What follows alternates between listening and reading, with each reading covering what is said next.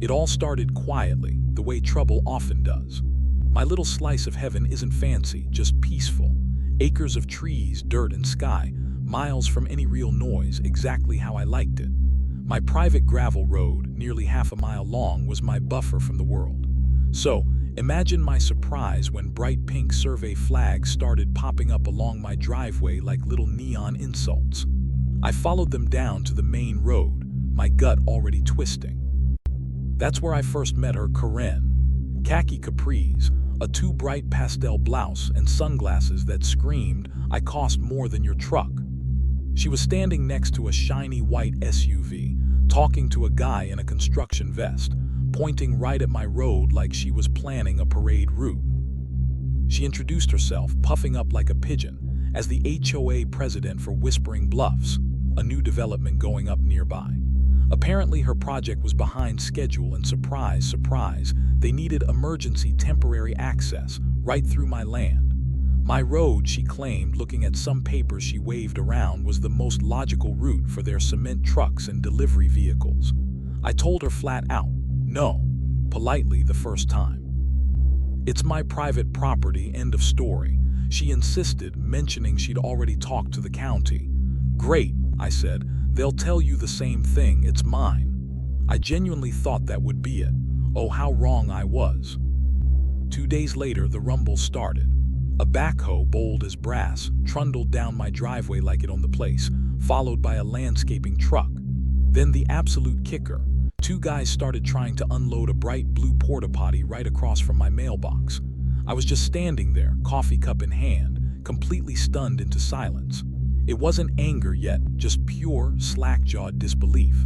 I walked over and asked the workers who on earth told them they could do this. Their only answer, repeated like a mantra, Karen said, like she was some kind of construction goddess whose word was law. That night, the disbelief started simmering into real anger. I pulled out every single document I had, the deed, the survey maps, the easement records. Every inch of that road, every pebble of gravel was mine. Private, not shared, not county, mine. Just to make sure there was zero confusion, I had a lawyer draft a crystal clear notarized letter the very next morning. No HOA resident, no contractor, no one associated with Whispering Bluffs had permission to use my road, period.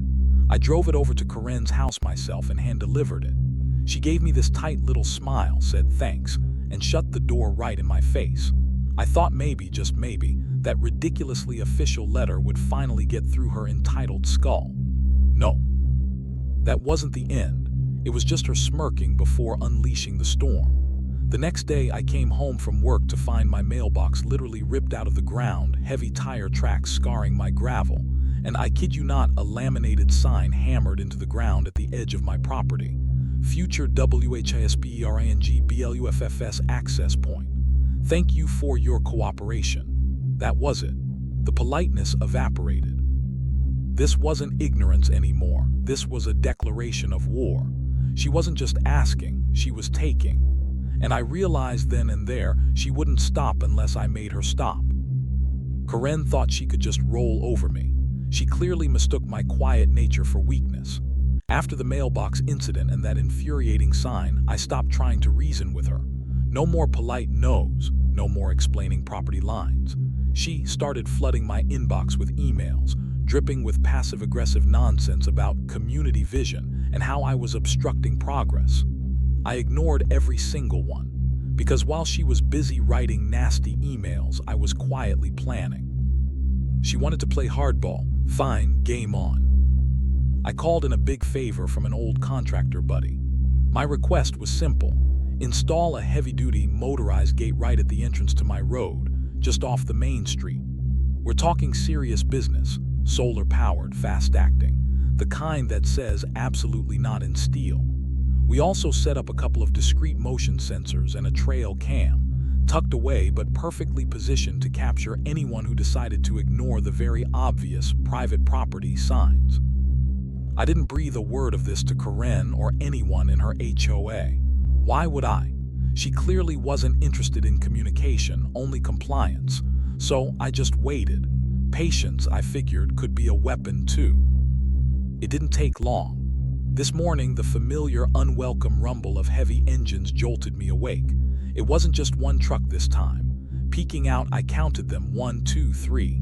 6 massive cement trucks lined up on my private road, one already starting to churn its load like it was about to pour a foundation right there. And out front, like the queen directing her minions, was Karen, clipboard in hand, waving them further in. This was it. Showtime. I didn't bother changing. Slipped on my boots over my pajama pants, grabbed my coffee, and took a slow, deliberate walk down the driveway. They say you should never argue with a fool, and I wasn't planning to. I was just there to observe the consequences of foolishness. I walked up to the lead driver, a guy who looked instantly stressed, and asked him calmly, "Who authorized you to be on my private property?" He mumbled something about the HOA president assuring them it was all approved. That's when I held up my notarized letter, dated, legally binding, impossible to misunderstand. "This says otherwise," I stated, loud enough for Karen, who was now approaching, to hear clearly. Then, just for effect, I turned and gave a little wave to the new trail camera I'd mounted on a nearby fence post. Karen's perfectly made-up face went pale. She knew exactly what that camera meant. And right on cue, with perfect timing orchestrated by my remote control hidden safely in my pocket, the newly installed gate began its smooth, silent descent. Thunk! It hit the gravel base with a satisfying finality. That little red Access REVOKED light started blinking rhythmically. The cement trucks were in, all 6 of them, on my land, behind a locked gate. Her problem, not mine. The collective gasp and sudden silence from the construction crew was almost comical.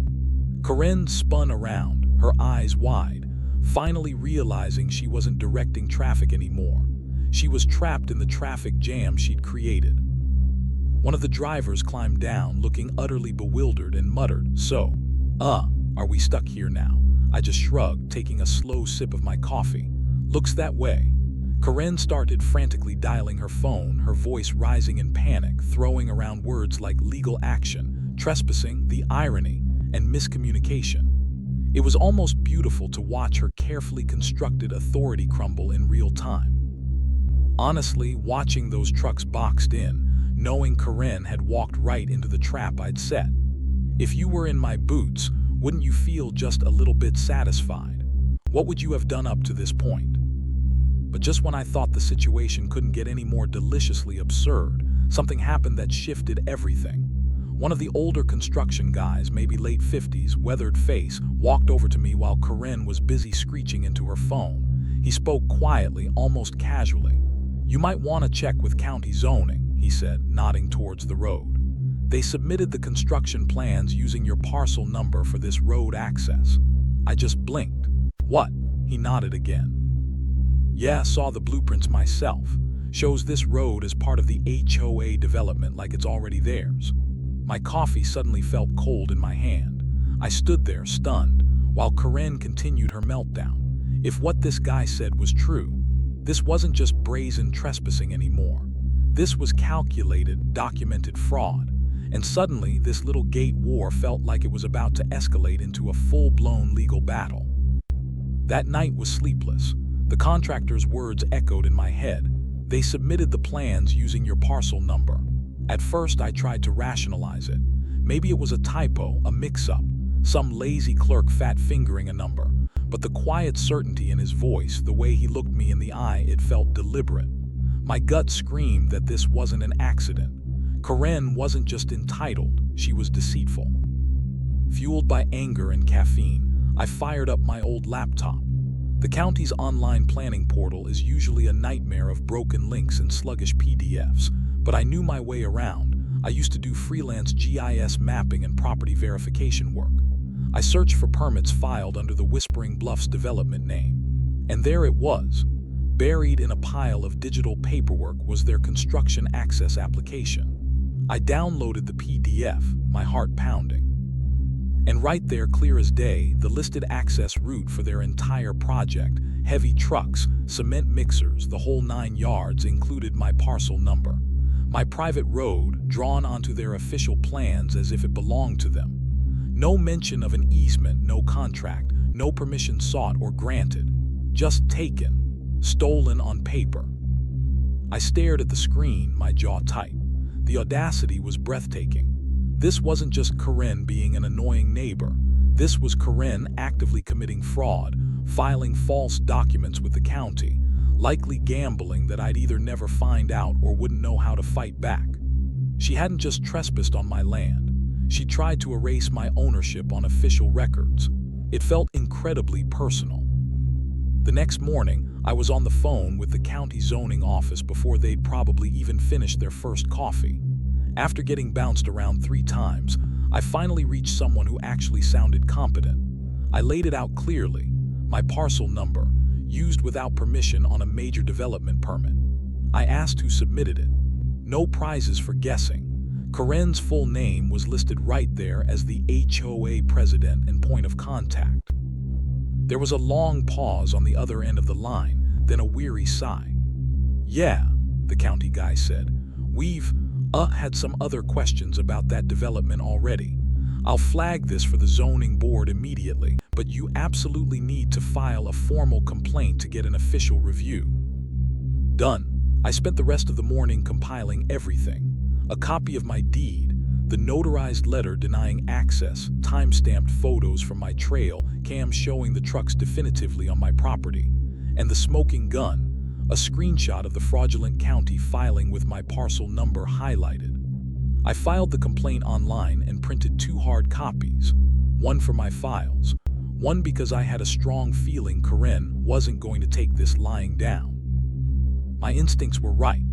That very afternoon, another unwelcome visitor arrived at the foot of my driveway. Not construction equipment this time, but a nervous-looking guy in a cheap suit, clutching a manila envelope like it was radioactive. He introduced himself as a process server. Karen wasn't just ignoring the problem. She was doubling down. She had officially filed for a temporary injunction against me, demanding the court force me to grant her HOA access through my road. The paperwork accused me of obstructing essential work, delaying the project, causing community disruption, all the dramatic buzzwords designed to paint her as a victim and me as the villain. I almost had to laugh. It was just so Karen. I thanked the server, took the envelope and walked back to the house. Inside, I scanned the legal jargon, but then I saw it, the piece de resistance.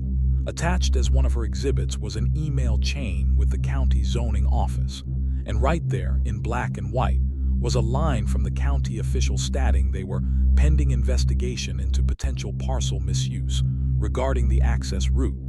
She had literally included evidence of her own potential fraud within her legal threat against me. You couldn't make this stuff up. Still, an injunction is serious, even a ridiculous one. I immediately called my friend Sam, a sharp zoning attorney I'd worked with years ago on another land dispute. He owed me one, and this was the perfect time to collect.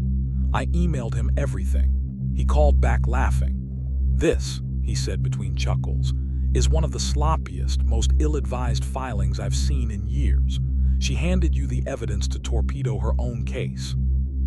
We drafted a swift, concise rebuttal, attaching all my proof, the deed, the letter, the photos, the fraudulent filing screenshot, and especially the county email she herself had provided. Sam even added a line about potential abuse of legal process, just to make sure the judge understood Karen wasn't just wrong, she was maliciously wrong. While Karen was busy playing courtroom games and waiting for a hearing date, I made a quiet, strategic move of my own. I went online and found a small, undeveloped, forgotten little parcel of land right next to my main gate, the exact spot where my private road met the public street. It was technically a separate lot, up for grabs cheap on a tax lien sale. Mostly scrub brush, but perfectly positioned. I bought it for a few $1,000 and filed the transfer paperwork immediately. Karen had no idea. She was so focused on forcing her way through my main property, she never even considered the tiny patch of land that controlled the actual entrance. She thought she was fighting for access. She had no clue I now owned the doorway itself. The court date for Karen's ridiculous injunction rolled around faster than I expected. I wasn't nervous. I was prepared. I walked in wearing clean jeans and a button-down shirt, carrying my binder of evidence like it was my shield. Karen was already there, dressed in what I mentally called her suburban battle armor, pearls, sensible flats, and clutching a binder overflowing with HOA newsletters and bylaws that had absolutely zero relevance to my private road. Her lawyer looked young and slightly terrified, like he'd drawn the short straw back at the office. The judge, a woman who looked like she'd seen every flavor of neighborly dispute imaginable, didn't waste time. She glanced at Karen's flimsy injunction request, raised a skeptical eyebrow, then carefully read through Sam's rebuttal and my attached exhibits. She didn't even need to ask many questions. Leaning back in her chair, she looked straight at Karen and delivered the verdict. This is a straightforward matter of private property rights. The defendant, meaning me, has absolutely no legal obligation to grant access through his land simply for the convenience of your development. Injunction denied. Karen started to sputter a protest about community needs, but the judge cut her off sharpish. "Ma'am," she said, her voice firm, "you cannot submit construction plans using someone else's private property without their permission and then act surprised when they object. Case closed." Karen practically vibrated with fury, storming out of the courtroom without even looking at me. I allowed myself a small, satisfied smile all the way back to my truck. I thought maybe, just maybe, a public smackdown in court would be the end of it. Silly me. Karen doesn't know how to quit. A few days later, a very official-looking letter arrived, this time from a different, fancier law firm. It was a friendly request for mediation, politely asking me to reconsider allowing temporary supervised access, and even offering to pay for any incidental damage. It was so laughably desperate after the judge's ruling that I actually framed it. It hangs in my workshop now, a reminder that when they start asking nicely after losing in court, you've already won. They knew they were legally dead in the water. And the hits kept coming for Karen. While she was busy sending pointless letters, the county zoning board finished their investigation. I got a certified letter confirming the HOA was officially cited for a whole list of violations: misuse of parcel data, failure to disclose landowner communications, or lack thereof, attempted use of private property without authorization, the works. The best part, they stated they would be reassessing the permits tied to that fraudulent access route. Translation: Karen's entire construction timeline was now stuck in bureaucratic hell, tangled in the web of her own lies. But Karen, being Karen, wouldn't just fade away.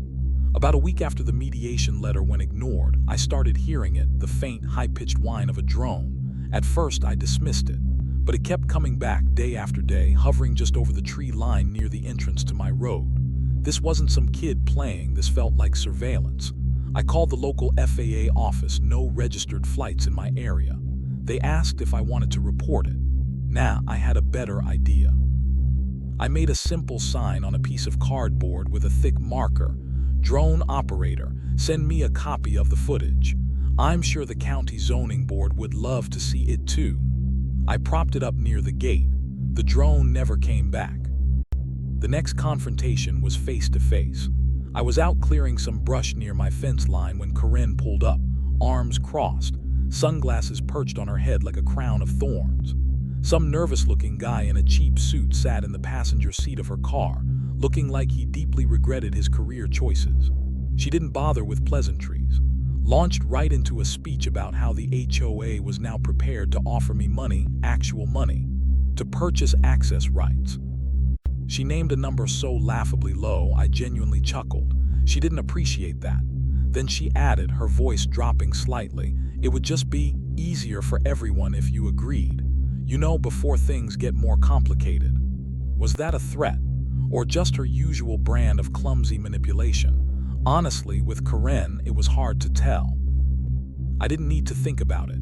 "No," I said, my voice calm but firm. "No deal, no negotiations, no access, ever. You want a road into your fancy development? Go build one. My property isn't the solution to your poor planning." She started to argue, but I cut her off. I simply pointed towards the small, previously insignificant patch of land right at the entrance, the one I'd quietly bought. My hired crew had just finished installing a brand new, very sturdy chain link fence around it, complete with a heavy-duty locking gate and multiple private property no trespassing signs. Not just any fence either. Steel posts sunk deep in concrete, and for good measure, a new security camera mounted high on a pole clearly visible, its little red light blinking steadily. I gave a small wave towards the camera. The guy in the car muttered something about needing to leave. Karen just stood there, her face turning an impressive shade of crimson. She opened her mouth, then closed it.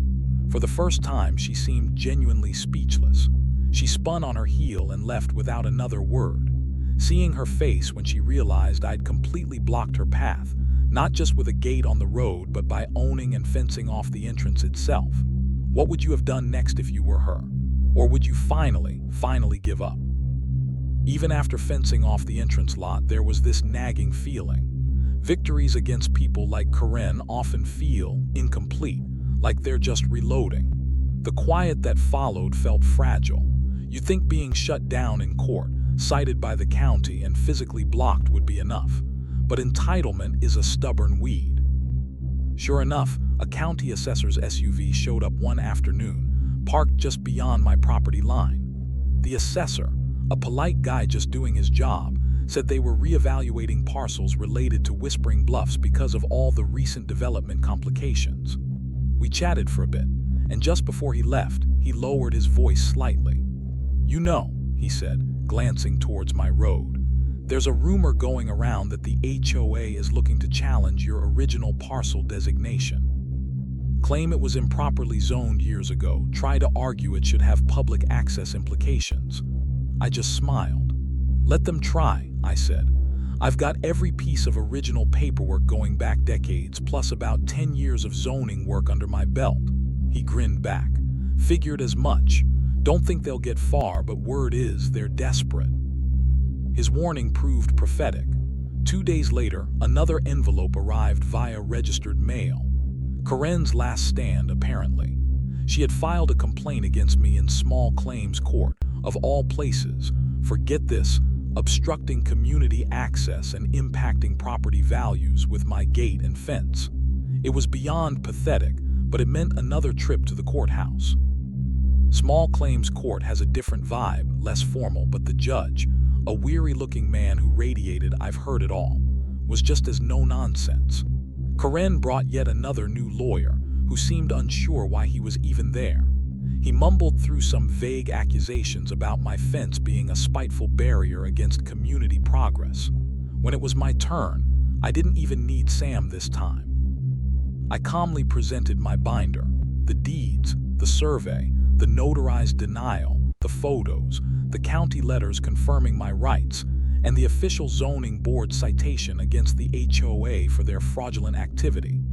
I specifically read aloud the part about the HOA being cited for misrepresentation of property lines. Karen's lawyer visibly flinched. Judge sighed, rubbed his temples, and looked directly at Karen. "Miss," he said, using her last name, "this court deals with small monetary claims. Property line disputes and zoning challenges belong in a different venue, and frankly, based on the evidence presented by the defendant, it seems those matters have already been addressed or are being handled by the appropriate county authorities. Furthermore, the documents clearly show this is private land you have no inherent right to access. Case dismissed. And please," he added, fixing her with a stare, "do not bring this matter back to this courtroom." It was finally, definitively over in the eyes of the law. As I walked out, though, Karen was waiting in the parking lot. Not yelling, just standing there, arms crossed, a strange look on her face. "You think you've won," she said quietly, her voice tight with resentment. "But this isn't really over. The board might be shaky now, but they still mostly back me. And even if I do step down eventually, someone worse might take my place. Someone less reasonable." It wasn't quite a threat, more like a bitter prophecy. I just looked her square in the eye. "Good," I replied calmly. "Let them try. At least they'll know exactly where the property line is from day one." I didn't wait for a response. I just got in my truck and drove away, leaving her standing there alone in the parking lot. And then something shifted. Maybe word got out from the courthouse. Maybe enough residents in Whispering Bluffs were finally fed up with the delays and the drama Karen had caused.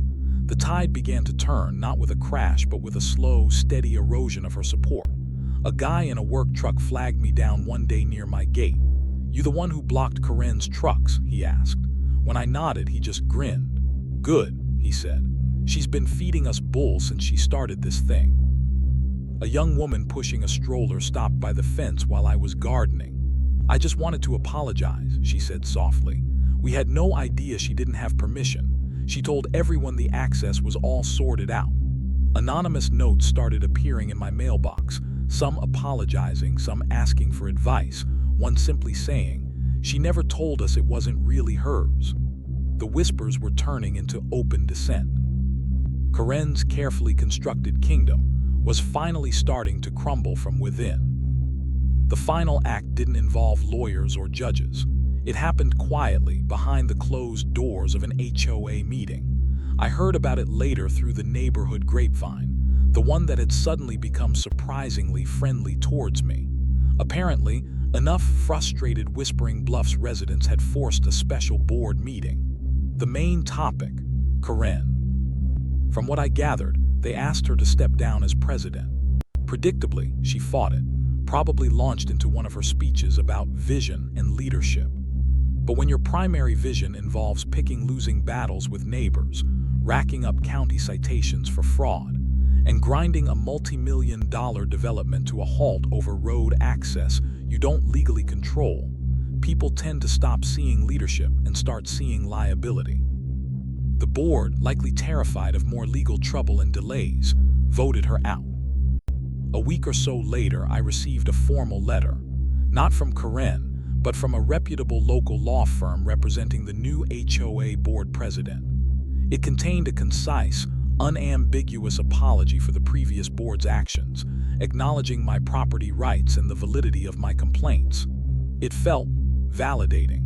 More than any court victory, this felt like genuine closure on the conflict. The new president, a much quieter, seemingly reasonable guy, requested a meeting through his attorney.